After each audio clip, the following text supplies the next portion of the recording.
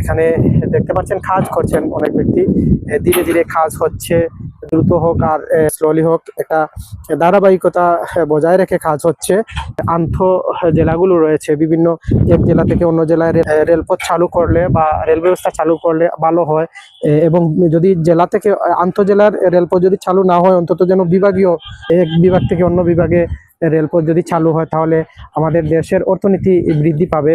কারণ সবচেয়ে গুরুত্বপূর্ণ বিষয় হচ্ছে এক বিভাগ থেকে অন্য বিভাগে খুব সহজে যাতায়াত করা যেতে পারলে এই দেশটা এরকম থাকবে না, অনেক ডেভেলপ হবে। বিশেষ করে এই রাস্তার মতো এই ব্রিজের যে কাজ হচ্ছে, এইরকম মজবুত যদি কাজ হয়, তাহলে ধরেন রাজশাহী থেকে সিলেট সরাসরি, সিলেট থেকে খুলনা, চিটাগাং বা যাই বলেন, আমাদের যত বিভাগ রয়েছে বাংলাদেশে, এক বিভাগ থেকে অন্য বিভাগে যেন সরাসরি রেল ব্যবস্থা সুদক্ষতার সহিত, সুব্যবস্থাপনার সহিত যদি চালু হয় এবং এগুলো অব্যাহত থাকে, তাহলে আমাদের দেশের অর্থনীতি অনেক বৃদ্ধি পাবে, যেগুলো কল্পনাও করতে পারবো না। সেজন্য আমরা আন্তঃবিভাগীয় রেলপথ চালুর প্রয়োজন রয়েছে এবং এখানে অনেক কর্মসংস্থান হবে, যারা কাজ করবেন তাদের কর্মসংস্থান হবে এবং এখান থেকে ইনভেস্টের কারণে অনেক আর্থিকভাবে উপকারে আসবে।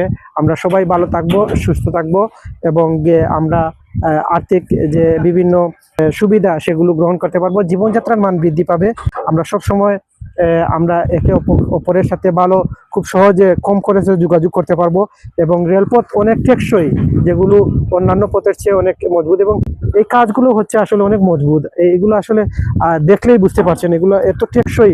আমার মনে হচ্ছে ব্রিটিশ আমলে যে কাজগুলো হচ্ছে তার চেয়েও কম নয় এবং এর চেয়ে বেশি হবে মনে হচ্ছে। কারণ এগুলো এত দেখতে বোঝা যায় যে আসলে এগুলো কিছু কিছু ক্ষেত্রে আমাদের রাস্তাঘাট বিভিন্ন প্রতিবাদ আসে, কাজ করার সময় দেখা যায় এখানে বিভিন্ন ধরনের অব্যবস্থাপনার উপস্থিতি, কিন্তু আমার মনে হচ্ছে এখানে কাজের ক্ষেত্রে ত্রুটি হচ্ছে না। তারপরেও যারা এখানে ইনভলভ রয়েছেন তারাই ভালো জানেন, ভালো বুঝেন এবং ভালো বলতে পারবেন। আশা করি খুব দ্রুত কাজ হবে এবং কাজ সম্পন্ন করে এই জায়গাটি যে উদ্দেশ্যে করা হচ্ছে, যেন বাংলাদেশ এবং ভারত উভয় দেশ সমানভাবে উপকারে আসে এবং ভালো করতে পারে এবং ভালো কাজে আসার কারণে সবাই বেনিফিটেড হন, সেই প্রত্যাশা নিয়ে এখানে বিদায় নিচ্ছি। ভালো থাকবেন, সুস্থ থাকবেন। যারা সাথে ছিলেন অসংখ্য ধন্যবাদ। আশা করি আমাদের এসআর সিদ্দিক ট্যুরিজম চ্যানেলটি সাবস্ক্রাইব করবেন, লাইক কমেন্ট করবেন এবং আপনাদের মতামত জানাবেন কোন কোন বিষয়ে কথা বলবো এবং কোন কোন বিষয়ে আপনাদের সাথে শেয়ার করলে ভালো হয়। ভালো থাকুন, আল্লাহ হাফিজ, আসসালামু আলাইকুম রহমতুল্লাহ।